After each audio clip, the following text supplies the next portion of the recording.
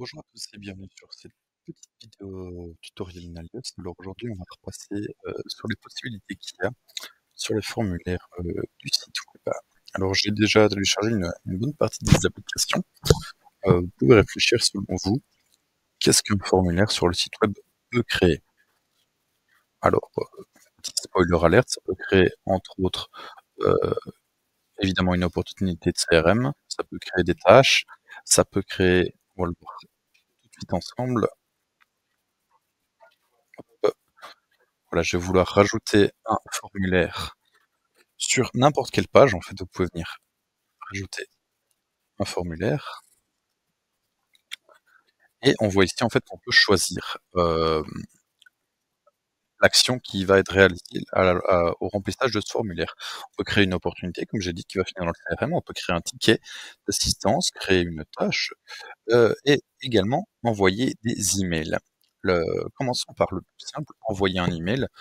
Vous pouvez en fait choisir ici que ça va envoyer un email à info@ your company. Vous pouvez mettre en fait euh, n'importe quel mail. Vous pouvez en mettre également plusieurs en les séparant par une virgule. Voilà, le nom, le champ, c'est pareil partout. Requis, voilà, si vous voulez. Vous pouvez, lorsque vous retournez ici, rajouter des champs comme vous le souhaitez, qui seraient remplis. Hop. Si maintenant on crée une tâche, alors voilà, on peut choisir dans quel projet cela ira se mettre.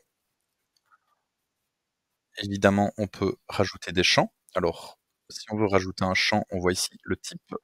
Le type, ben voilà, on peut rajouter des téléphones, tout ça, mais qui ne seront pas liés directement à la tâche. Par contre, si on descend ici, Existing Fields, on peut choisir en fait des champs qui seront remplis par les personnes qui remplissent le formulaire, qui seront directement retransmis sur la tâche. Alors attention là-dedans parce que forcément ils auront une application directe, ce sera plus juste du texte comme les champs ici. Si vous venez mettre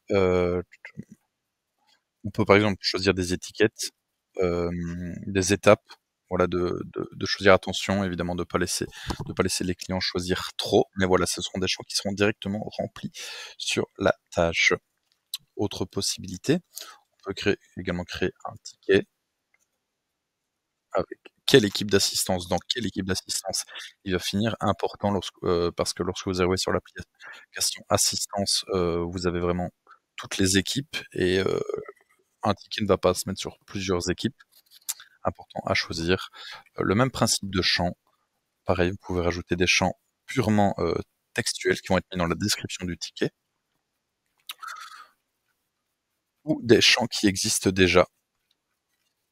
Vous allez par exemple pouvoir mettre des étiquettes, si jamais sur la consigne de la maintenance, vous allez pouvoir paramétrer des étiquettes et que vos clients puissent choisir directement l'étiquette qu'il veut. Alors, pour lui, ça ne changera rien, il va juste avoir l'impression de choisir.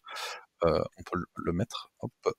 Voilà, il va juste avoir l'impression de choisir, mais en fait, vous, lorsque ce sera intégré dans votre module assistance, lorsque le ticket sera créé, en fait, les, les étiquettes seront là directement. Vous pouvez évidemment choisir, si je reviens ici, quelles étiquettes seront visibles et lesquelles ne le seront pas. Troisième possibilité, Create an Opportunity, peut-être le plus utilisé dans les formulaires. Exactement le même principe, cela va créer une opportunité avec une équipe commerciale, un vendeur spécifique si vous le souhaitez, et au niveau des champs, exactement pareil. Vous pouvez choisir des champs qui seront mis dans la description de l'opportunité ou des champs qui existent vraiment et qui seront remplis directement sur l'opportunité, ce qui est déjà le cas de certains de ces champs. Voilà les différentes possibilités avec les formules sur le site web. Si vous avez des questions, n'hésitez pas à les noter dans les commentaires.